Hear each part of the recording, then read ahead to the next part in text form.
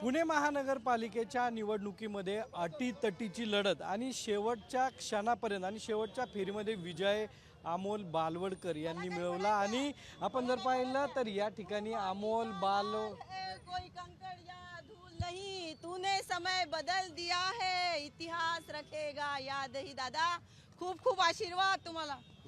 माझे भाऊ आहेत हे, मी यांच्या पाठीशी सदैव उभी आहे। बस एकच इच्छा आहे, यांनी पुढे पुढे पुढे जावे।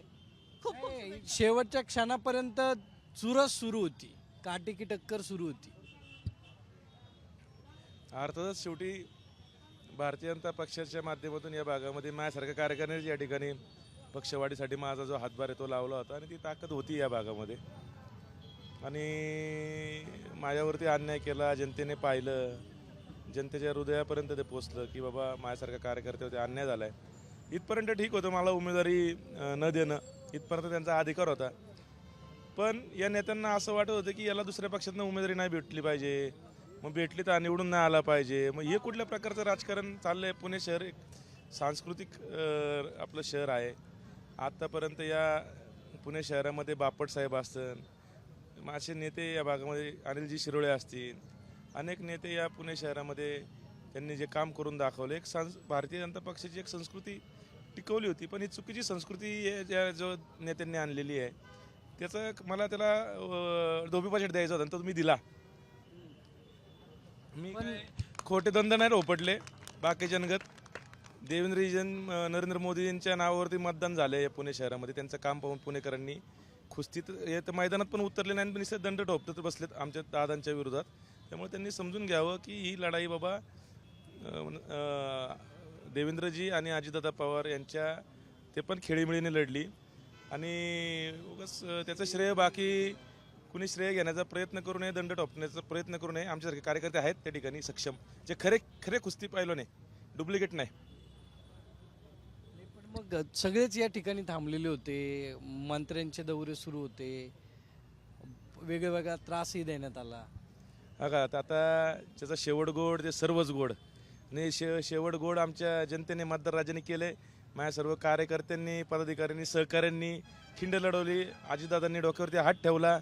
माझं कुटुंब, आई वडील, पत्नी, सगळे भाऊ आणि आमचे सहकारी बाबूराव चांदरे आणि अतिशय चांगल्या प्रकारे या भागातल्या सर्वच जनतेने आमच्यावरती एवढा अवघड विषय असून सुद्धा आम्हाला त्या ठिकाणी निवडून दिलं, त्याबद्दल मी त्यांचा मनापासून आभारी आहे। पण हे खूप काठावरती आणून ठेवलं।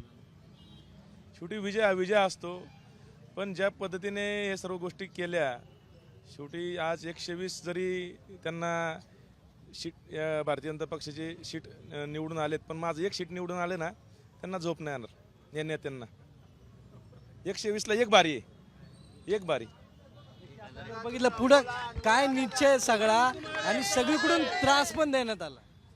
हा का, ते मला बोलायचं नाही काही, ते काय आता निवडून आलेलं आहे। मी काय रडणारा कार्यकर्ता नाही, मी लढणार आहे, मी रडत नसतोय कधी आणि जनता माझ्यासोबत आहे, मी कशाला। आणि अजितदादा चंद्रकांत दादा पण तुमचे नेते भेटणार दादा? हा का, आता विकासा कामानिमित्त काय संबंध आला तर भेटू ना। जर त्यांनी काम करायचं असेल तर भेटू, काम नसेल करायचं तर नाही भेटणार। त्यांना जर काम करायचं नसेल तर नाही भेटणार।